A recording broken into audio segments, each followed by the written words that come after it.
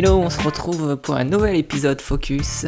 Et après notre grand vote sur notre groupe Telegram, c'est Tronix, alias TRX, que la communauté a choisi avec plus de 55% des votes.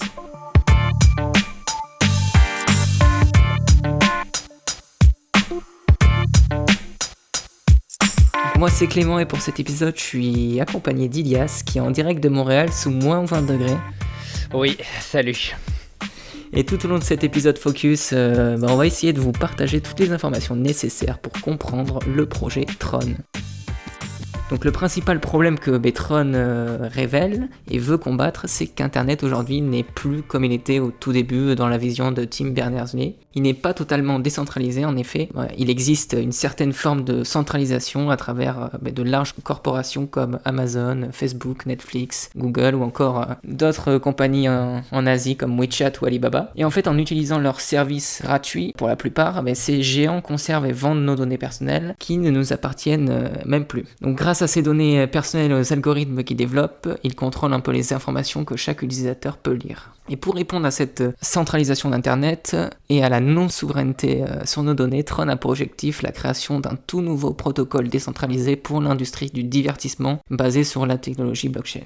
Donc en effet, les données des utilisateurs en fait ne seront plus stockées de manière centralisée dans les serveurs de Google ou de Facebook, mais seront réparties dans l'espace de stockage mis à disposition par chaque personne qui participe au réseau Tron.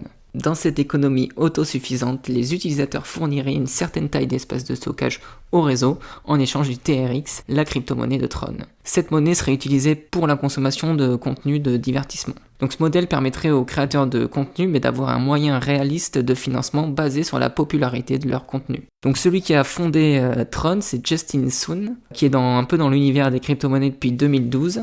En 2013, il avait déjà rejoint Ripple et il travaillait comme représentant en chef sur la Chine. Il a notamment aidé Ripple à compléter son premier tour de financement, totalisant plus de 30 millions de dollars. En 2015, Sun il a démarré le projet appelé Pewo. C'est une application en fait de live audio, un mix entre Snapchat, SoundCloud et Periscope, qui serait en fait selon lui actuellement l'une des plus importantes applications dans cette thématique en Chine, avec plus de 10 millions d'utilisateurs inscrits et 1 million d'utilisateurs actifs par mois. Et en fait, Pewo, ils vont devenir la première application de divertissement compatible avec la blockchain Tron, permettant ainsi aux 10 millions d'utilisateurs de bénéficier des fonctionnalités de la crypto-monnaie. En 2017, il est devenu l'un des premiers étudiants de l'université UPenn, une université fondée par Jack Ma où il y a seulement 40 étudiants et où même Jack Ma donne des cours. Enfin, le 28 juillet 2017, il incorpore et crée la société Tron à Singapour. Ensuite, ça va très vite puisqu'entre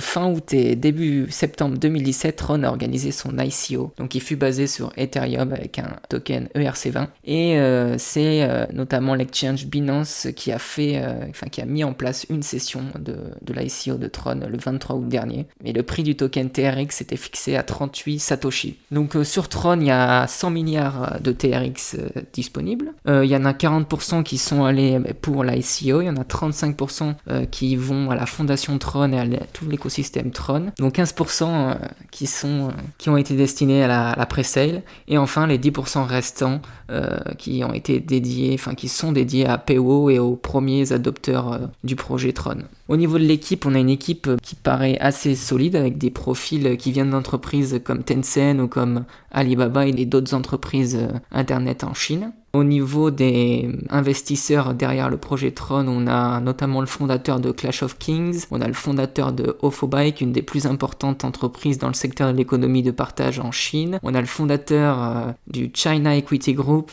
un des plus grands groupes d'investissement en Chine avec une valeur de plus de 2 milliards de dollars. On a aussi le fondateur d'un des plus importants fabricants de moteurs en Chine. Et enfin, on a le fondateur aussi de BTCC.com, un exchange de Bitcoin et de Litecoin.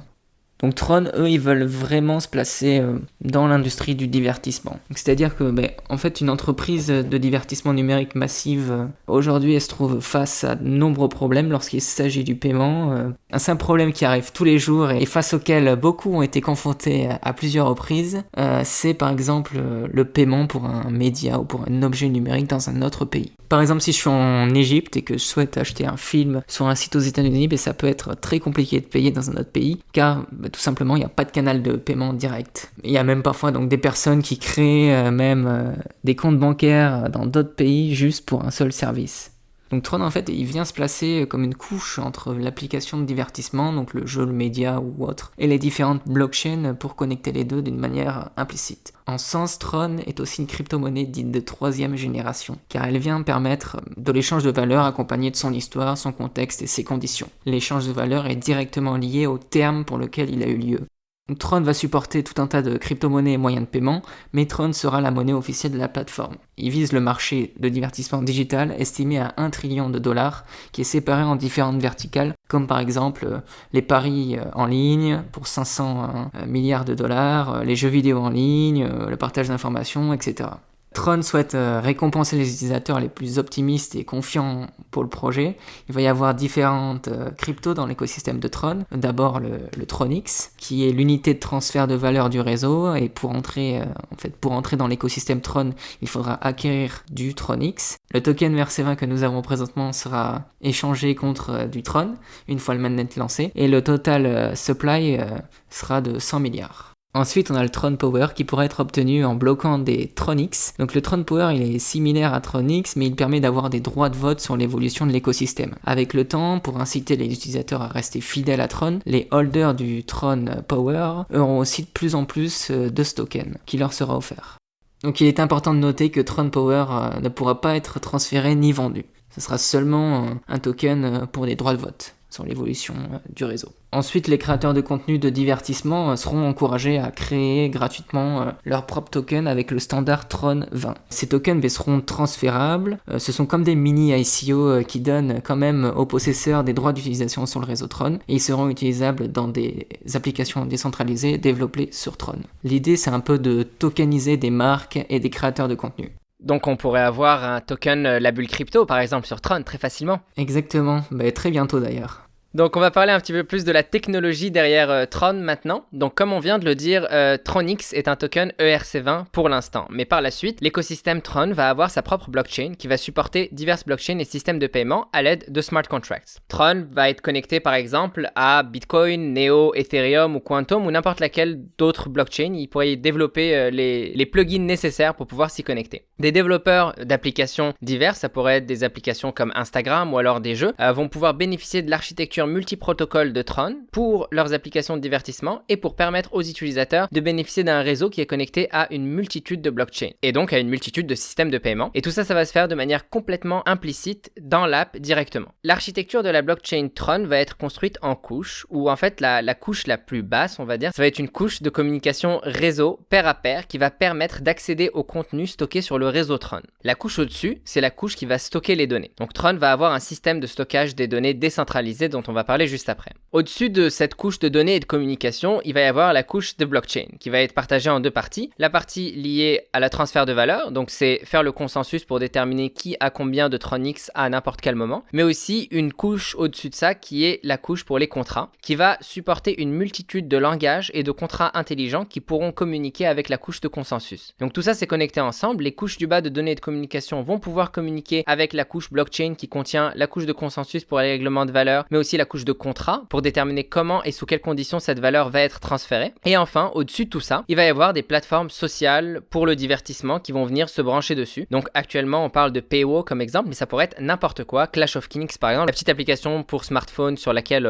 on joue à détruire les royaumes d'autrui, en fait, elle pourrait venir et se brancher sur le réseau Tronix et directement bénéficier de tout ça, c'est-à-dire un stockage décentralisé, de la communication pour accéder au stockage et ces données qui seraient stockées pour être n'importe quoi dont l'application a besoin. Au-dessus, une couche blockchain pour le consensus, donc pour déterminer qui a combien de Tronix à n'importe quel moment, une couche pour les smart contracts.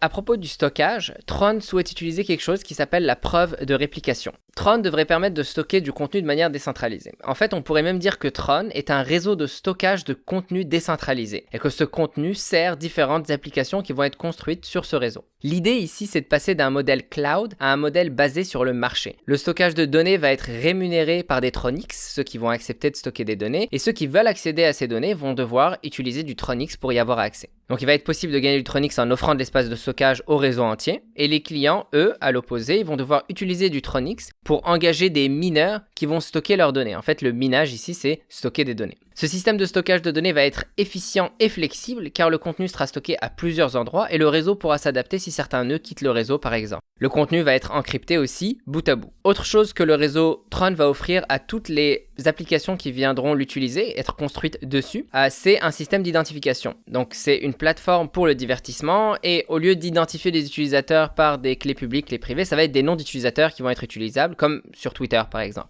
L'identification des utilisateurs et la validation de leur identité va être faite de manière complètement décentralisée et les informations liées à chaque utilisateur vont être inscrites sur la blockchain. Ce que ça signifie ici, c'est que lorsque vous allez vous créer un compte, il va falloir attendre quelques blocs, le temps que ça soit synchronisé sur la blockchain. Le stockage et l'identification permettent donc de faire de Tron un réseau social de base avec des fonctions telles que l'envoi de messages directs, les mentions, les messages encryptés, les hashtags et de la recherche. Donc en fait, Tron va inclure implicitement dans son architecture un réseau social dont pourront bénéficier, comme l'échange de messages directs, les mentions, tout ça, n'importe quelle application pourra bénéficier de toutes ces fonctionnalités que ce réseau social de base de Tron aura. On va maintenant parler rapidement du consensus, donc la méthode que Tron va mettre en place pour déterminer qui a combien de Tronix à n'importe quel moment. Le consensus au niveau de Tron va se faire en 3 étapes dans le temps. La première, c'est ce qu'ils appellent un consensus centralisé de type Kafka. Donc ça, c'est déjà implémenté et disponible sur le GitHub de Tron. C'est extrêmement basique et actuellement, ça tourne dans une machine virtuelle Java, mais c'est disponible. L'objectif de cette première étape, c'est de permettre le développement des fonctions du premier réseau Tron, de le construire. Parce qu'actuellement, ce consensus est complètement centralisé. C'est fait par un seul nœud du réseau et c'est lui qui décide tout cela. Mais c'est une première étape pour construire le reste des fondations autour de cela. Dans un deuxième temps, Tron va utiliser un consensus décentralisé appelé Raft.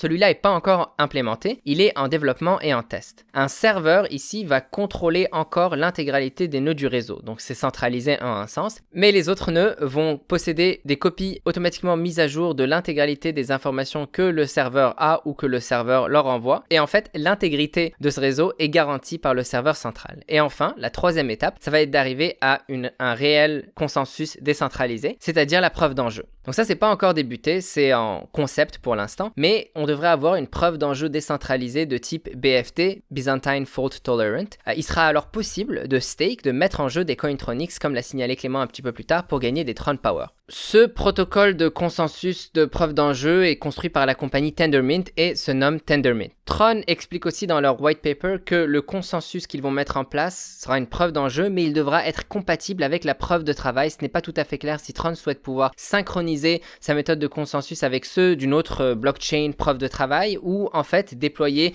une sorte de consensus preuve de travail, preuve d'enjeu hybride sur le réseau même de Tron. Et comme on l'a dit un petit peu plus tôt, en stakant des Tronix, les utilisateurs vont pouvoir obtenir des Tron Power et non pas des Tronix.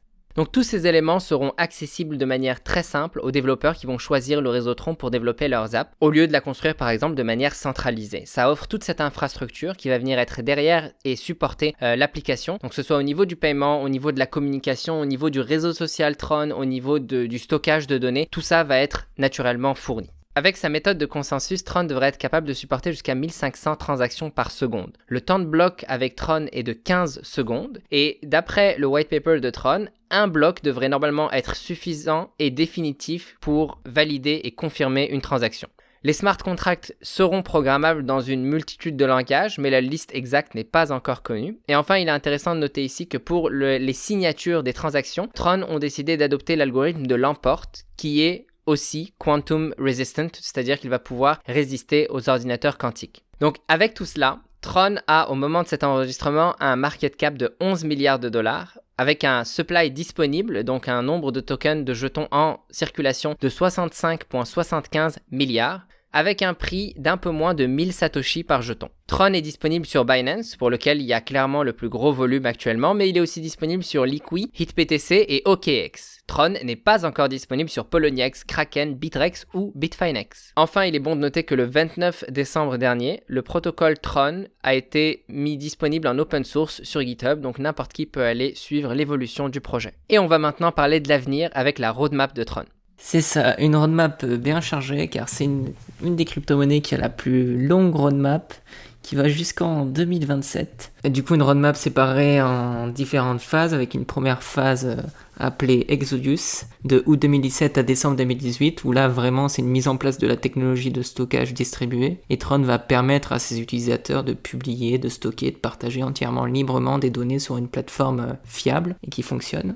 Donc une phase Odyssey, qui durera de janvier 2019 à juin 2020. Donc là, c'est vraiment une mise en place d'un nouveau modèle de financement entre les fournisseurs de contenu, de divertissement et les utilisateurs. Donc en offrant une relation one-to-one, les créateurs de contenu court-circuitent un peu les plateformes centralisées comme Google Play ou l'Apple Store et qui prennent une large commission dans la chaîne de valeur. Dans le système que Tron désire mettre en place, les créateurs de contenu ont directement accès au TRX, donc la monnaie payée par les utilisateurs pour le contenu premium. Ensuite, il y a la phase Great Voyage, de juillet 2020 à juillet 2021. Donc là, c'est vraiment une phase pour les créateurs de contenu, car ils vont permettre de créer en fait leur propre token. Donc ça va être des ICO personnels, ou plutôt des ITO, comme on appelle maintenant. C'est les Initial Token Offering. Donc c'est les tokens avec le standard, donc Tron 20. En offrant la possibilité à chaque créateur de contenu d'émettre son token sur sa blockchain, Tron souhaite résoudre les problèmes liés à la génération de tokens sur leur blockchain. Donc avec ces tokens personnels, Tron veut en fait financiariser un peu l'économie actuelle des fans de créateurs de contenu. Ainsi, on peut imaginer que chaque créateur de contenu, comme des youtubeurs, ait leur propre token avec un cours que les fans pourront acheter, vendre et ils pourraient bénéficier davantage s'ils en possèdent.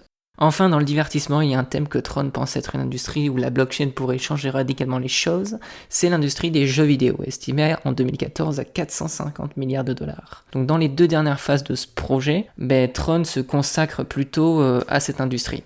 Donc on a d'abord une phase appelée Star Trek, d'avril 2023 à septembre 2025, où Tron va permettre aux développeurs de créer des jeux vidéo en ligne décentralisés sur leur blockchain. Ensuite, on a une phase appelée Eternity, de septembre 2025 à septembre 2027, où Tron désire mettre en place un système de financement participatif décentralisé pour le développement des jeux vidéo. Ainsi, chaque utilisateur pourra contribuer à la création des futurs jeux vidéo sur la plateforme Tron. Les investisseurs pourront également participer et avoir un avis sur le contenu de la création du jeu. Tron a annoncé l'intégration de leur blockchain par quelques entités pour un total de 40 millions d'utilisateurs. Donc parmi ces entités, il y a notamment l'application PayWow qui a 10 millions d'utilisateurs. Donc les users, ils vont pouvoir disposer de leur wallet Tron directement dans l'application et utiliser du Tron pour récompenser d'autres utilisateurs, pour payer des live audio ou pour du contenu payant. Ensuite, il y a une autre entité, c'est Gifto, où il y a eu une ICO récemment, qui compte 20 millions d'utilisateurs et là c'est une plateforme décentralisée de cadeaux pour les créateurs de contenu qui va être construite en partenariat avec Tron. Ensuite, il y a la dernière plateforme, donc c'est Obike, avec plus de 10 millions d'utilisateurs, et qui vont lancer le Ocoins, qui sera basé sur Tron. Ils vont lancer ça au premier trimestre 2018, et en fait, Obike, c'est un service qui permet de louer des vélos depuis son smartphone, et avec le Ocoin, il sera possible de payer cette location. Donc dans leur white paper, Tron partent du constat que le marché des jeux vidéo en Chine a augmenté de 41% en 2017 pour atteindre 10 milliards de dollars. En fait, toute la zone Asie-Pacifique est en train de connaître un développement fulgurant de l'industrie des jeux vidéo connectés. Avec son écosystème de stockage et de paiement décentralisé, Tron tente de mettre en place une solution qui ferait de lui un leader et sera un modèle pour le développement des infrastructures pour le divertissement du futur. Le projet en est encore au tout début de son développement. Il a démarré en août dernier, mais semble se développer rapidement et dans le bon sens. Les prochaines échéances pour Tron, celle qui arrive bientôt là, c'est la sortie du concurrent de CryptoKitties qui sera CryptoPuppies sur la blockchain de Tron. Et puis surtout le basculement vers le mainnet qui devrait se produire durant le trimestre 2018 d'après le white paper. De nombreux partenaires se joignent déjà au projet, mais c'est seulement avec le temps et en appliquant cette roadmap qui va jusqu'en 2027 que l'on aura la confirmation que Tron sera ce leader dans l'industrie du divertissement sur la blockchain. Et donc c'est tout pour cet épisode, mais on vous attend sur notre chat Telegram pour continuer la discussion autour de Tron et des annonces qui vont prochainement arriver. Et si vous avez des questions à propos de cet épisode, n'hésitez pas à nous les poser sur la chatroom Telegram. Si ce focus vous a plu et si vous aimez notre podcast, n'hésitez pas à nous laisser une note sur iTunes et à partager l'épisode à vos amis. Enfin, remarquez aussi qu'il y a des adresses de wallet dans la description. C'est pour les dons.